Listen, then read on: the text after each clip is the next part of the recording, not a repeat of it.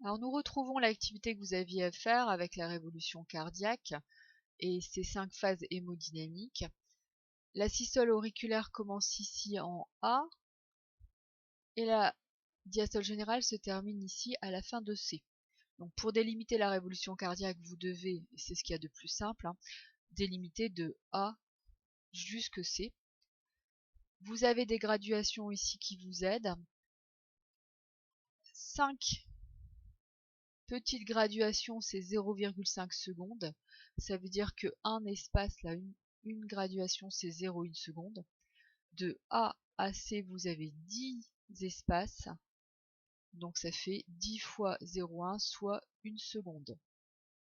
C'est important de ne pas se tromper sur la durée de la révolution cardiaque, puisque vous savez qu'après, vous allez devoir mesurer la fréquence cardiaque et le débit cardiaque. Ces valeurs dépendent de la révolution cardiaque, donc si vous vous trompez ici, vous allez forcément vous tromper dans la fréquence cardiaque et le débit cardiaque. Les différentes phases de A à B, systole auriculaire, on envoie le sang vers le ventricule. Puis, lorsque les pressions se rejoignent ici, pression auriculaire et pression ventriculaire, vous allez avoir la fermeture de la valvule tricuspide ou mitrale et le premier bruit du cœur tombe. Les valvules sont toutes fermées dans le cœur, le volume est donc constant dans le ventricule. J'arrive ici dans une phase isovolumétrique, c'est la systole ventriculaire, phase isovolumétrique. Quand la pression du ventricule croise la pression de l'artère aorte, ici, donc à nouveau un croisement de pression, nous allons avoir une ouverture des valvules sigmoïdes. Ainsi, le sang va pouvoir être éjecté vers les organes, donc sortie du sang du ventricule. On est donc dans la phase d'éjection de la systole ventriculaire. Quand la pression du ventricule croise à nouveau la pression de l'artère aorte ici, à la fin de B2, nous allons encore avoir un mouvement de valvule. Cette fois-ci, ce sera une fermeture, d'où le bruit TA. Donc fermeture des valvules, le sang est envoyé dans les organes et ne peut plus revenir en arrière. Donc dans le ventricule, on a à nouveau un volume constant de sang. Quand la pression des oreillettes est à nouveau égale à la pression du ventricule, puisque cette pression a diminué, donc ici, on va à nouveau avoir un mouvement de valvule, ça sera l'ouverture de la valvule tricuspide ou mitrale, ce qui fait que maintenant, le sang va pouvoir à nouveau entrer tranquillement dans les ventricules puisque la valvule est ouverte.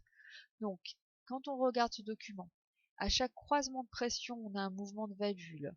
Quand on compare les pressions auriculaires et ventriculaires, ça sera un mouvement de valvule auriculo-ventriculaire, tricuspide mitrale.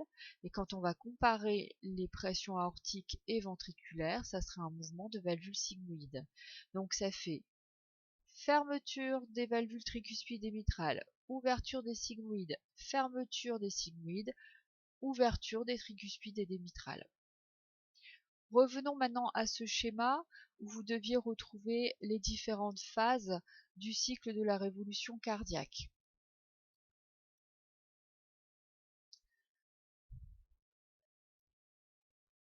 Donc, en B, c'est celui qu'on avait étudié ensemble en classe virtuelle, les oreillettes se contractent, elles envoient le sang au ventricule, les valvules tricuspides et mitrales sont fermées et sont ouvertes, tandis que les sigmoïdes sont fermés.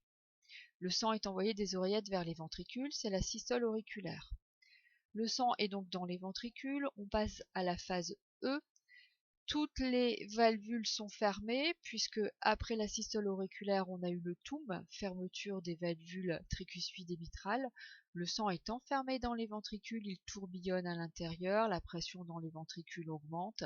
C'est la systole ventriculaire, contraction isovolumétrique. Au bout d'un moment, cette pression va être tellement forte qu'elle va pousser sur les valvules sigmoïdes qui vont s'ouvrir. C'est cette phase-là. Le ventricule se contracte très fortement, les sigmoïdes s'ouvrent, le sang est éjecté vers les organes. On est en systole ventriculaire, phase d'éjection. Le sang est envoyé dans les organes, le cœur est au repos, puis tout doucement le sang va revenir des veines vers les oreillettes. Retour des veines vers les oreillettes, soit des poumons, soit des organes. le sang entre tranquillement dans les oreillettes, mais attention, jusqu'à présent, toutes les valvules sont fermées, puisque les valvules tricuspides et mitrales ont été fermées au TUM et les valvules sigmoïdes ont été fermées au TA. Donc le sang, pour l'instant, ne fait que rentrer dans les oreillettes. Les valvules tricuspides et mitrales vont finir par s'ouvrir. Ça, c'est au début de la diastole ventriculaire.